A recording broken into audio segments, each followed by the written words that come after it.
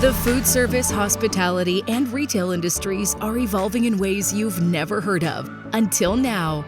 Hosted by global industry technovator Rob Grimes and powered by the IFBTA, Techbytes is your go-to podcast, putting technology innovation and trends on the menu. Welcome to the Techbytes podcast powered by the IFBTA.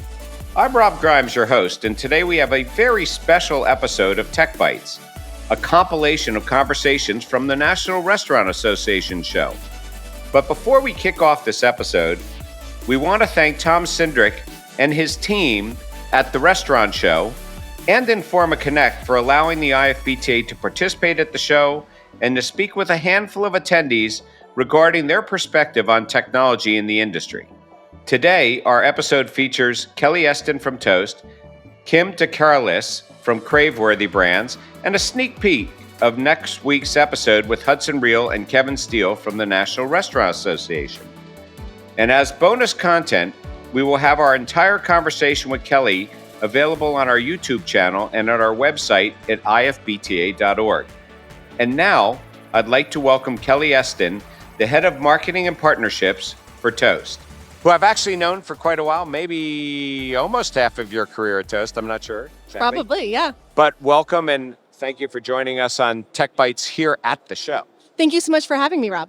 So, obviously, you have a big perspective and you have a big world of opportunity that you see in what you do day in and day out. So why don't we just start this? Can I make the assumption that you actually have walked through the show? I have. Not as much as I wish. We've been busy at our own booth, but I've absolutely walked the show. It's the best part about it. So has there been anything that either surprised you didn't expect to see, or something that you expected to see that you're not seeing here?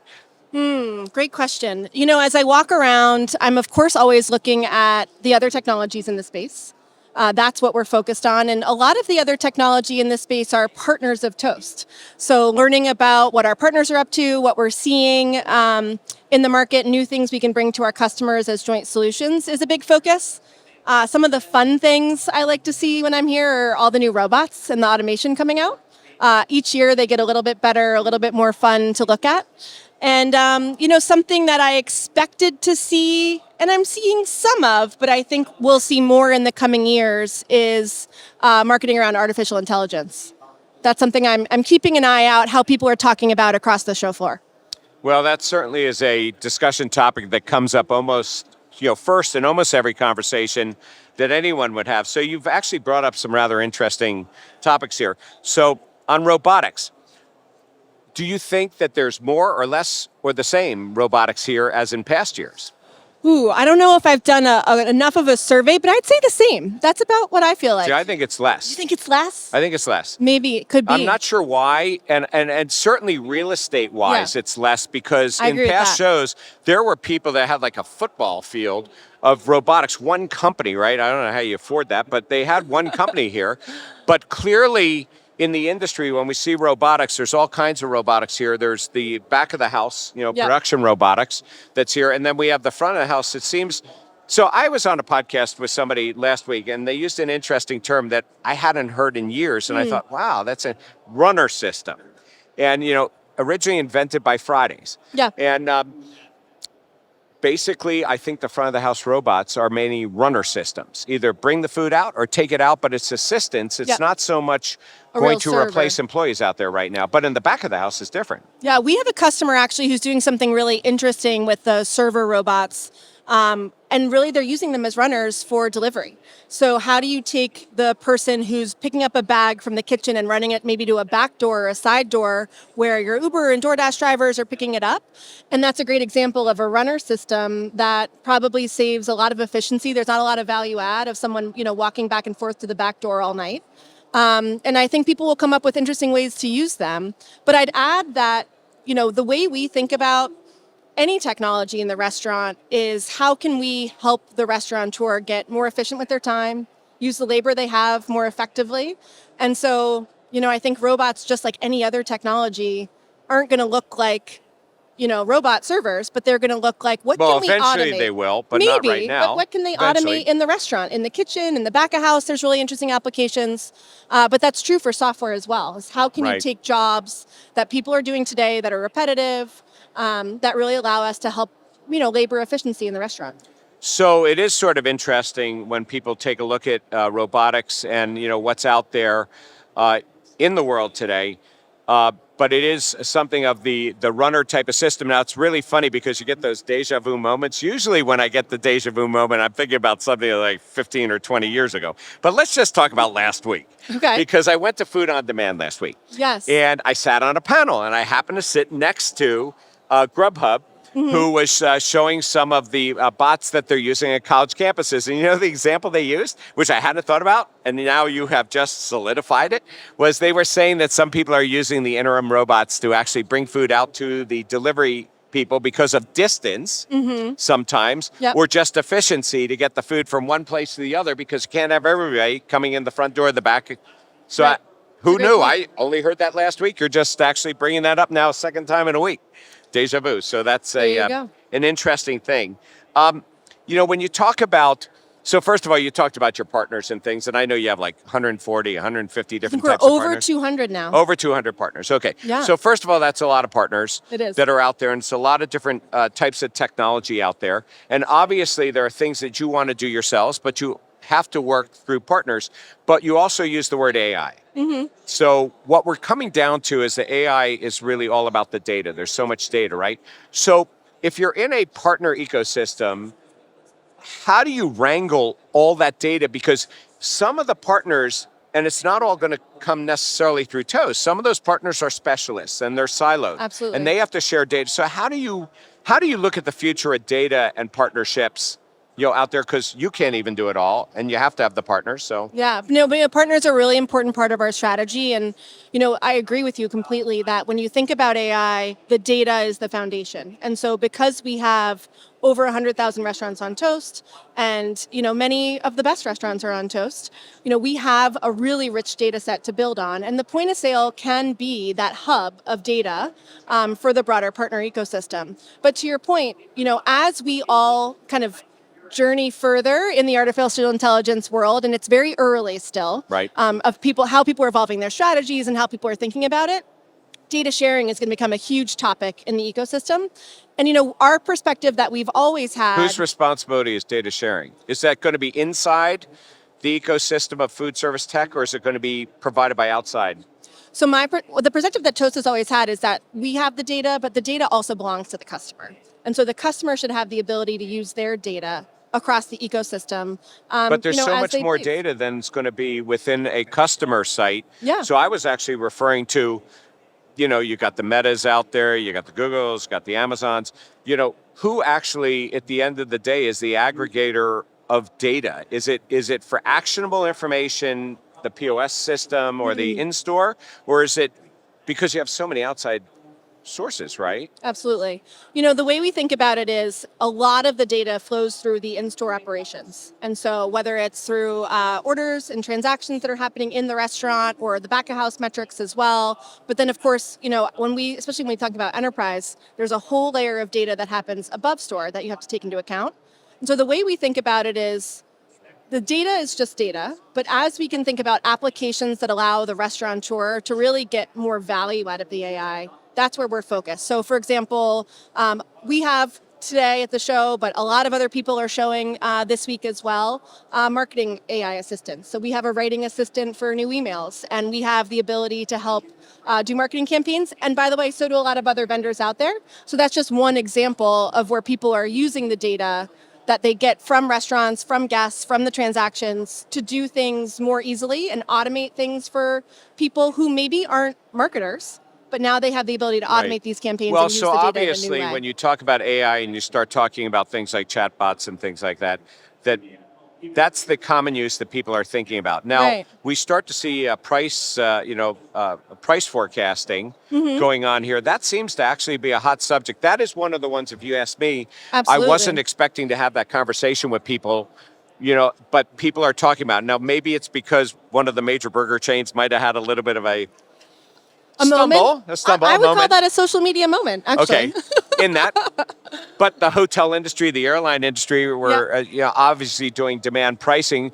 Do you think that demand pricing is actually going to become a trend, not a fad in this industry? The way I think about it, demand pricing's been around forever in the restaurant industry. That's what a happy hour is. That's what a brunch special is. Yeah, but they weren't raising the prices based upon demand. They're just doing it time of the day to lure people in. Lowering and raising prices depending on what they see as the traffic, the flows. And so technology will just allow people to get more sophisticated about how they do that. And so one example is we just released a benchmarking tool that allows you to look at, your menu items, your prices, relative to peers, relative to other people in your neighborhood. Yeah, by the way, I thought that was very interesting. Oh, good. No, I'll tell you why I thought it was interesting. Because most of the time, sorry to interrupt you on Please, that, I love it. but actually, in this particular case, I've been following that tool for a while, because I think you've had it for a year or so, maybe a little bit longer, right? Yeah. But you're making that information on your website, and you're making it available to the market. Now, an hour ago, I had the National Restaurant Association sitting here, their head of knowledge and research. Yes. And the question was, who's responsible for giving that knowledge? Now, they have a certain view, and you have a certain view, especially, by the way, in some of your market segments, you are really down there at the local level, really speaking the language of the independent and the growth companies. I find it very interesting that you're compiling that. So my question for you there is, I know where he's getting his data. Yeah. But is your data solely coming through the Toast ecosystem, or are there other data sources that you're putting together, including possibly the National Restaurant Association, to give them some credit in this, right? Yes, absolutely. So how are you pulling that together? Well. Because you're actually doing a service for the marketplace. Yeah.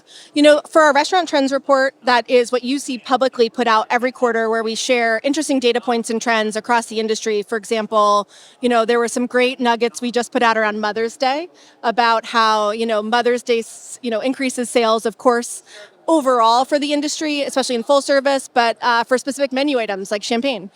You see that, there's an increase on Mother's Day that you can see in the Toast data that we track across our 100,000 plus restaurants. But then, in the restaurant trends report, we're sharing that data, but then we're giving even more specific data to individual customers about how their restaurant compares. But when we do our own research at Toast and we're understanding the market as a whole, not when we're publishing our own research, but when we're trying to understand the market better, we of course pull in tons of third-party data, including from Technomic and the National Restaurant Association. That's a place we look to compare what we're seeing in our data to what's happening in the broader market, to understand where there's differences, where there's similarities, and so what else how we do can you learn. how do you find your pulse of the industry? I mean, are you finding that the data all seems to point to the same place, or are you finding that you're coming up with other different data points because of perspective? Yeah, I don't think you can have a pulse on the industry by data alone. And we spend a lot of time, as you know, talking to independent restaurants, talking to larger brands, talking to ecosystem partners, people like you in the industry who have a perspective to bring that texture and color context to the data that we have at Toast. And then, I'd say the last piece, and it comes back to this conversation we just had around AI and robotics, is there's a piece of what are the challenges that restaurateurs are having, and how can we hear that directly from them? What are we seeing in our data as far as, where they're being successful? And then what are the new technologies? And that's our job, to keep up to date on all the new technologies out there, so we can figure out how do we apply that to benefit our restaurants and how they can be successful. So if we were to take all that and take a look at industry segments, because, and by the way, I didn't know this, but Hudson said there are 70 different industry segments. Okay. Who knew, right? Now, I don't know, and I'm going to have to go figure out what those 70 are, right? Because I think they are breaking down in individual silos, things that I might lump together, in different things. But I got to go figure that one out, because if he's really following that, there's obviously need, which means different applications, different ways of using technology within each one. But 70 is an awful lot. But where do you see the current market opportunities for enhancing? So there's something that you said at the very beginning here. You were talking about that you've seen the trends there, and what you didn't say, you did use the word efficiency. Mm-hmm. I get that. And some people put efficiency and they start thinking about labor savings or whatever. I'm not so sure that that's exactly what you meant there, but I do see that there are opportunities Yeah. and new growth opportunities in segments that didn't exist 4 years ago. Absolutely. So where do you see that? And then how do you stay on top of helping somebody to enable those opportunities? Yeah. And I would add on top of your 70 segments, we talk about service models as well. And what we're finding is that even in an independent restaurant who's maybe in a certain segment, they're running on average 7 different service models. They're doing catering, they're doing takeout, they're doing delivery, they're doing counter service, maybe they're doing events. We're seeing this Do service models proliferation. equal revenue centers? Could be. I think it depends on Well, how if they want different to go restaurants think build, about it. right, their revenue, then they'd want to track it at least. Exactly. Right? And the more sophisticated brands, to your point, they think about how do we get the most revenue out of the box that we have. Right. That's where things like catering, ghost kitchens, retail come into play as new service models that people are adding to the restaurants that they already have. So we think about that as a whole nother layer on top of kind of the more traditional industry segments we all talk about at QSR, FSR, hotels, But et cetera. the challenge that you have is that people measure success in different ways. And so Yes. that really is a problem because, you just brought up the convergence or the crossover, the Yeah. integration between retail or hotels or whatever it is in food service. Exactly. One of the challenges you have is that in traditional method in a restaurant, you might look at a check average, you might look at turnover, right? But if you go to retail, they're looking at cost per square foot. Then you go talk to some of the new models, by the way. Yep. Some of the new models that are financially backed models in point of sale, where they're looking at, the credit card transactions and it's cost per transaction and number of transactions is how they measure it. And then you have other people that are doing it based on number of employees. And I don't know how you come up with a consistent measurement model. I guess you got to speak all of them and maybe bring them all down to the same basic thing. I think it all comes down to revenue, cost, and profit at the end of the day. And so when we think about how do we help serve our restaurant customers, we think about how do we help them grow revenue? How do we help them, optimize operations in the store? And that could be how they're using labor. That in a full service environment, we're looking at things like table turn times. In a quick service environment, speed of service. And then, on the... You got to make sure your reporting allows them to hear it the way they want to hear it. I think that's a big thing. You have to slice and dice it every single way, right? Give people more options. But also, a lot of times restaurateurs are looking for, yes, data and different ways to slice and dice the data, but also the insights that tell them what to do next or give them opportunities of actions they can take to really make their operations more efficient or to drive revenue. And so one of the things we think about is, yes, making all of the rich data set that we have available in Toast available so that people can look at it the way they want to look at it, but also how do we surface actions and insights, especially as we start to apply some of these new technologies around AI so that people know, what's the next step I can take. Right. And it is really a challenge because at the end of the day, it isn't even the restaurateurs that actually drive this, it's the consumer. Yes. And so, you end up putting in payment types you never thought about, all because the consumer's doing it. And I have no clue how you decide on, research development, how you don't go down the rabbit hole of investing in a fad versus a trend. How do you identify that? Putting your finger on the market is one side, but you also have to look at the consumer and then the technology space and other industries as well. Yeah, we think about our stakeholders that we build for as the operator, the employee in the restaurant, the guest of the restaurant, and then increasingly the corporate teams that are above them. Or the people that are financing. As you know, in the hotel industry, brands, Yep. management companies and I got owners, it. Yeah, right? exactly. And who knows? You got to, be able to do it for all of them, right? Yeah. So it's... So, when we think about how we prioritize R&D at Toast, we really think kind of in those buckets I talked about before. How do we stay really close to our customers and get their feedback on what we're building? And we have a process where we build with customers. We'll bring first a handful of customers from our customer advisory board involved, and then we'll start rolling it out to 1,000 customers and then 10,000 customers. We have that benefit of scale where we can really test and learn alongside our customers and get a ton of feedback. And then, as I said, it's our job to figure out how to apply new technologies to the challenges and the problems that they're surfacing to us as opportunities. Well, but it's a challenge to be able to identify that. And then also when you couple on it the other industry crossovers and then you put the international piece in there, it isn't a single industry. I mean, and there's no one single way of doing it, right? Yeah. Well, we always say that there's a lot of opportunity in this industry because of all the complexity that you've shared. With the rapid expansion of technology in the food and beverage industries, finding the right supplier can become overwhelming and complicated. To simplify this process, the IFBTA created Exchange. Exchange is a powerful search tool where users can easily narrow down their technology search and refine results by application type, geography served, department, and more. Browse resources and learn more about the industry's technology suppliers at exchange.ifbta.org. Now, back to the show. Well, here we are at the National Restaurant Show. We're talking tech that's here. And I'm very thrilled to have with me as a conversation guest, not as a guest because you have to have conversation, Kim DeCarolis, who is the Senior Vice President of Development and Growth at Craveworthy Brands. So welcome to Techbytes. Thank you so much for having me. So, we've known each other for a while. We have. So you actually sort of have a interesting background. So I'm trying to think back to where we actually first met, and I think it was in the data security business. Is Indeed, that right? yes, absolutely. And then loyalty. That's correct. Very good And then memory right here. Food safety? Yep. Okay, and now what you're doing now, right? And now brand side. Yeah, that's correct. Okay, all right. So that's sort of interesting, as a background and a technology perspective. So is there a life before data security?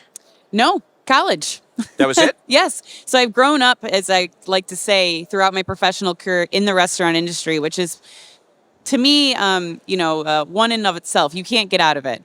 It's hospitable. It's always changing, and it's always needed. And the part to me that is so fascinating coming from the vendor side and understanding so many facets of what I was selling into, and now rolling over into the brand side, I actually have a better perspective of how to be better partners from the vendor side to the brand side, because things take a little bit longer on the brand side.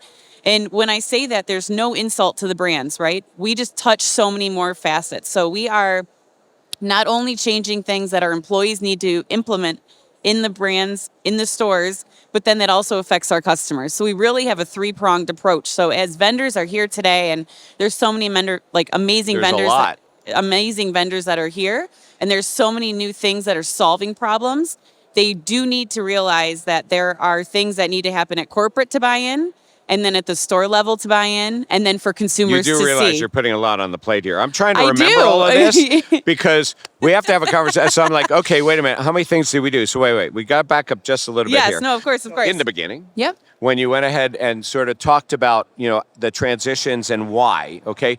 I would have asked you that question because most people usually go from a brand to a supplier. Yeah. And then they always say you're going to the dark side, right? Yes. So you went maybe from the dark to the light. I don't know. If we take a look at it that way, Yep. You may have done that. But I think that it's interesting because I'm in my head right now trying to think of who else do I know that's like actually done that. And there aren't that many.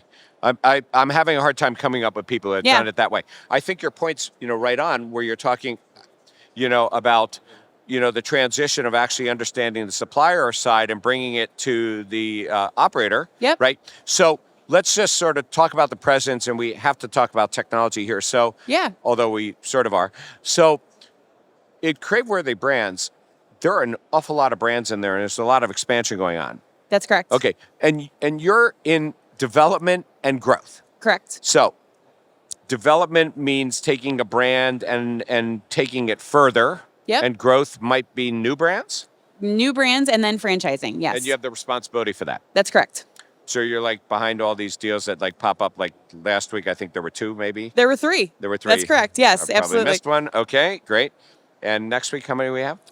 No, To be you can't determined. do that. You To can't be tell me that, determined. right? I'm not going to ask you about the deals, but I will say that that's a complex situation when it comes to different technologies. It is. Because you really have 2 problems. You have one, which is if you're doing the development side of franchisees and things, that getting them to adopt and understand, and there are sophisticated franchisees who may have other brands, and then they're non-sophisticated that need your advice, right? Correct. And then you have the other side of it, if you're actually acquiring or bringing in the family, how do you tie together all that technology, at least so you're getting the data, you're sharing certain things. So did your perspective from the past, especially, with loyalty and things like that, has that helped you? And what are you seeing are those, where are those, crossover integration points? Yeah, so to be honest, Yes, completely. So I think foundationally, tech needs to be something that is prioritized. It needs to be something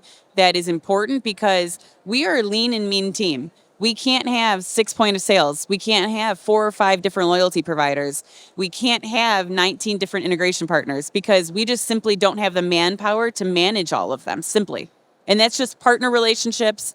We have. Do you have a hard time convincing franchisees or possible new people coming into the fold that they should take the tech stack and things? I mean, if you're selling it, you obviously have to talk about it. Absolutely, 100%. And we do leverage the fact that we are a buying power versus a nice to have. So what they're getting is going to reduce their costs for their bottom line. It's going to be a hard cost regardless. Like, you're going to have to pay someone to do loyalty. You're going to have to pay someone to be your point of sale provider. So by utilizing who Craveworthy uses, you're going to get a discount on that and better service and better support from our team. But that also implies they could do their own thing. We do not. We have a very strict tech rules. Okay, so that would be it, because that has sort of gone and come back around. And I think, interestingly enough, I think it's things like loyalty that really actually got people to come back into the fold, because you would sit there and try to convince them on point of sale or back office even. They don't want you to know their numbers, so they won't do that, right? But when it comes to loyalty, they sit there and they go, how come I can't use the gift card universally? Or how come I can't? And then you say, because you have to have the system to do it, right? Exactly correct. Yes. Okay, so shifting again. So we are here at the show. We're in the tech pavilion that's here. So do you see a common theme this year? Is there some theme here that you're seeing here at the show in the tech side? I mean, of course, everyone right now is talking AI. Everyone is. Whether it's voice ordering, whether it's pick a topic, everything AI related. We are using, and who I think is a phenomenal group to watch, is Loop AI. So we are using them here at Craveworthy. What they do is within third-party deliveries, when orders are wrong, they automatically go back where you'd have to file a dispute. They automatically do that on the brand's behalf. So revenue recap. The part that, there's a lot of people doing that because that's a huge need in the space that we are seeing in it's an instant ROI. Correct, exactly. And so the part that we're seeing with them, though, is the fact that they then have reports that our general managers are using to better train our in-store staff to have better third-party scores, whether that be on DoorDash, Uber Eats, whatever. We get feedback that the sticker wasn't correct or was order accuracy correct. And we have general managers physically using this, and our third-party scores have gone up in addition to getting revenue recaps. So those are just amazing on our half. All right, so AI, so everybody's talking AI that's Everyone's here. Is there talking a secondary theme that's here, or some technology, even if you don't use it? I mean, is there some other thing that you just happen to notice here and you think, that's sort of interesting? Let's Chat. And so what they're doing is they're doing a overall... And they're part of actually Comcast Business. I believe did they a lot are, of yes. stuff with them. No, I know them. Yep, and so I think they're pretty incredible because that's a very low lift barrier to entry to have different languages. Whether that be training, whether that be contracts, whether you're going to expansion internationally, or you're enhancing the guest experience. And so for us, we haven't used them specifically, but the instant translation is amazing, and I think that's really helped. And there's a number of voice products that are certainly here. So is there something that's not here that you thought you were going to see, like some sort of technology category? Maybe it's gone by the wayside, or it's not as important as it used to be? That's a great question. I would assume that I was going to see more kiosks or more automation at the show. Automation. In all assets, whether it be ordering, whether it be kiosk, whether it be physically making food automation. I was assuming to see a lot of robotics, and I just, there's a few, but I was assuming to see more. Yeah, so it's interesting because even with the robotics that's here, there are not a lot of companies doing it for the front of the house where they used to take huge real estate here before. There is some on the other side of the building in some of the kitchen equipment people who you would not think were in robotics, or automation, like an Ecolab or somebody like that, are in there. But yeah, I'd agree with you. I'd agree with you on that. Usually when I go to a show, I will look at, what the signs say above the booths. Absolutely. So I don't see a lot of signs. So it's interesting because you said about AI. And of course, people are talking about it, but it's inside the booth because I don't actually see, and I'm looking right now, I don't see the word AI anywhere in my vision, right? No. So it's embedded in the booth, which is good. But I remember, big data, one-to-one marketing, Yes, absolutely. keywords, right, that people were sitting there doing, out there. And then, of course, in today's world, you have the chief digital officer, which we're not sure if that's a CTO or CIO or whatever it is, but It's a hybrid. because everything is digital, right? Absolutely. So as you're out there in the market and you talk to a lot of people and you go a lot of the same places we are, what do you, if somebody's sitting around, not you, but if somebody's sitting around thinking about their budget for the second half of the year or where they're going to have to start to look for next year, where do you think that they're going to find those new technologies? I mean, if they got to replace their POS, they'll replace their POS, okay? But where do you think that people are going to go ahead and put their money, going forward in the next 6 months for, the next couple of years? So I think they're going to be focusing on technology that is integrated across their platform. So from their loyalty program, from their point of sale to all third party to revenue recap. And there's a lot of broken parts when it comes to, different types of integrations. And so I think those true integrations are the people, then this is going back but to don't you think that integrations are getting easier? They're getting easier, but are they actually correct is the question. How would you ever know? Just by customer engagement, and you would know by absolutely trying to incorporate any type of new systems within them. So I think you bring up an interesting subject. So now I'm thinking about the rabbit hole here. Okay, so I think you bring up something sort of interesting. If the customer is using their own platforms and they're engaging with you through other parties, we're not now talking about the delivery guys or something like that, okay? But if they're engaging with you through one of the other parties, how do you actually ever know if you're really engaged with them? So there's a group that I openly need to learn more about, and it's called Hang. And what they do is they're able to capture customer data from third-party deliveries so that, and I believe it's through credit card. Yeah. But I'm not 100% confident. Like I said, I need to learn more about them.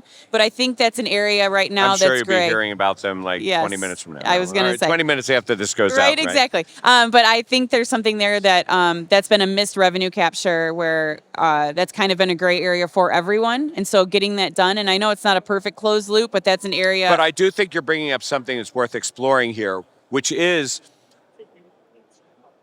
you can always learn from other industries. Absolutely. The hotel industry learned its lesson when Priceline and people like that started taking away reservations and saying, you know what? Just tell us how many stars. We'll tell you where you're going to stay tonight. And the brand didn't matter. And I used to sit there and I go, okay, the brand doesn't matter. So now it's up to you, brand, that once they got their head in your bed, now you can make the difference so they come back. Correct. So let's stop complaining about this is what the customer wants, right? And they sacrifice certain things, to get a better deal or whatever, but they know they're getting a 4-star. So what you're bringing up is probably going to be an issue for the restaurant industry because we do have a lot of outside parties that are engaged and connected with us, and we don't control that. Correct. And so how do you know that you have the full cycle and your customer? And while restaurant companies are finally being successful at loyalty programs where they never knew their customer, partially because of online ordering, which forces you to tell who you are, and partially because of bookings and reservations. Of course. But in the past, you didn't have that. So how do you close the loop and make sure that you are getting back to that customer who's engaging with you through something else? And then how do you make sure that they're coming back to your store and within your 4 walls, whether you have virtual or not, but getting back to your 4 walls? Well, once they come in, isn't it your responsibility? It is 100%, but it's also how do you market to them so that they're no longer going where you're paying higher commissions on a third party site and rather than ordering direct because they already know they want you versus just going to DoorDash. Well, listen, first of all, you opened the door on a couple of subjects, I think maybe follow-on subjects. But before you leave here, have you had a chance to walk most of the show or? I did walk the show on Saturday. I got my steps in. Did you do the whole show? Lakeside and over here? Did 100% the north side. I still owe the south side another lap or two, but yes. So if you had to stop at a food booth, which food booth were you going to? I am obsessed with the Euros. Absolutely. I get those every single time. And then I have to get a hot dog, regardless if it's Nathan's or I wait in line very patiently and get the Nathan's hot dog. Well, here's the problem you have. And Nathan's, please pay attention. Nathan's gives out half hot dogs, and Vienna Beef gives out whole hot ones, dogs. But their lines are longer. Well, there's probably a reason why. So I you know. gotta get 2 halves equal a whole, and you'll be all right there, right? So I do those 2 for sure because they're on this side of the building. But I also do the Wisconsin cheese booth. Oh, absolutely. And I do Tillamook for my buddies on the other side. And I have not had time to see any of the ice cream or anything else. But there are certain other shows. Well, if you went to the C-Store shows, pizza, Pizza, hot hot dogs. beef jerky, the 5-hour whatever it is, shots or whatever, and Red Bull. And they're doing a lot of cannabis these days. Yes, they Because are. that's legal everywhere Yep. except for one. And I'm missing something. Pizza, hot dog, chicken. I missed the chicken. I was going to So, say there you roasted go. chicken, regular chicken, But all there of is the chicken here. chickens. There is chicken here. All right. Well, listen, thank you so much for joining us and sharing your perspective on technology. And you certainly actually have brought a different perspective for us, which I think is great because it's a little bit backwards from what you would think. Yes, right? But you can absolutely. only find that in a conversation, right? Yep. So thank you for joining us. I know we'll be talking to you again. And Absolutely. thanks for being in one of the first issues of Techbytes. So I'm excited to be here. Thank you so much. Longtime friend. There you I'm go. excited to be here. first time caller, right? There you go, Great. right? Thank you very much. I appreciate it. It was great to hear from Kim, who offered an operator perspective. But now, please enjoy a sneak peek of next week's conversation with Hudson Riehle and Kevin Steele of the National Restaurant Association. I'm going to guess that you each might have a different thought on this. So, Hudson, you got here, you haven't walked the whole thing yet, but I'm going to guess with a title of research and knowledge, you probably did some research before you were coming here, or you had expectations. So, we can compare notes after the show. But what did you expect to see would be the technology themes here at the show? Well, I've been coming for so long. I remember when there wasn't even a tech pavilion. Oh, I do too. Right. So I can remember. And by the way, they put it in the back of the room, I Right. might point out, but now it goes to the front. Right. So I think that's very representative of the focus and importance to it now. And you bring up a good point earlier about what business are you actually in? And so, if you look at quick service and how it will evolve over the next 10 to 20 years, that convenience aspect, because technology is a convenience facilitator, is only going to get more investment and continue to grow. So what makes people choose to use restaurants? Well, convenience and socialization. And convenience now is 74% of all restaurant traffic. But do we also look at the expanding revenue centers within restaurants? Because certainly delivery opened up one. Curbside's an interesting one when I see these hot and cold lockers that go into a 7-Eleven, so that's like halfway there. But also you get people, like Wow Bao is here, they're going CPG and putting things on the grocery shelves. So where does a restaurant or a food service operator actually start and finish?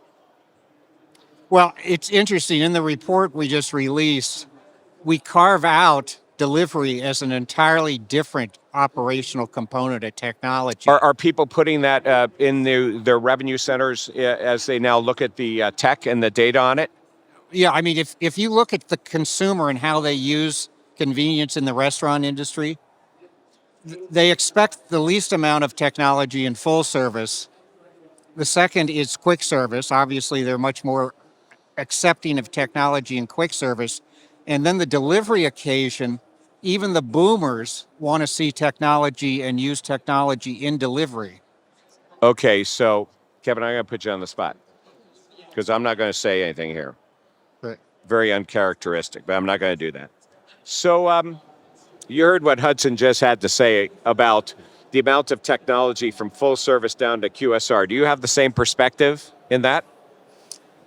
Yeah, absolutely. And what boggles my mind when we talk about the tech pavilion, quote unquote, here, there's a focus on technology very specifically as it relates to applying things like POS and labor management, those types of things. The operation technology. Right. But the pervasiveness of technology across all of the different capabilities you deploy in the restaurant is amazing to me. Robotics is another area that, while it doesn't look and feel like something you can touch, like a POS, the efficiency that it brings to the operation. Yeah, but in past years, there was a much bigger robotics presence than there is this year. That's sort of interesting to me. Yeah, I think it's one of those things where it will come and go in terms of, where you can deploy it. It's an expensive capital investment, as we talked about that earlier, right? So that sometimes becomes a little challenging. But I think my point is the way you're seeing technology utilized, AI is another thing, right? That is starting to become a lot more pervasive through other means of serving a restaurant or serving your customer versus something that's, again, right in front of your face, like a kiosk or some other means of deploying technology. That's all we have time for this week. Be sure to tune in next week for the full conversation with Hudson and Kevin of the National Restaurant Association. This podcast is brought to you by the International Food and Beverage Technology Association. The IFBTA is the industry's voice of technology within the food and beverage industries, providing thought leadership as your single impartial go-to resource. The IFBTA offers in-person and online communities to connect with your peers, the exchange, an all-encompassing global technology resource, and an industry-wide professional education and certification program. The bottom line is the IFBTA is your place to gather, learn, and share. So thank you for joining us on this episode of the Techbytes podcast, powered by the IFBTA. I'm Rob Grimes, your host, and I look forward to taking our next bite of technology together.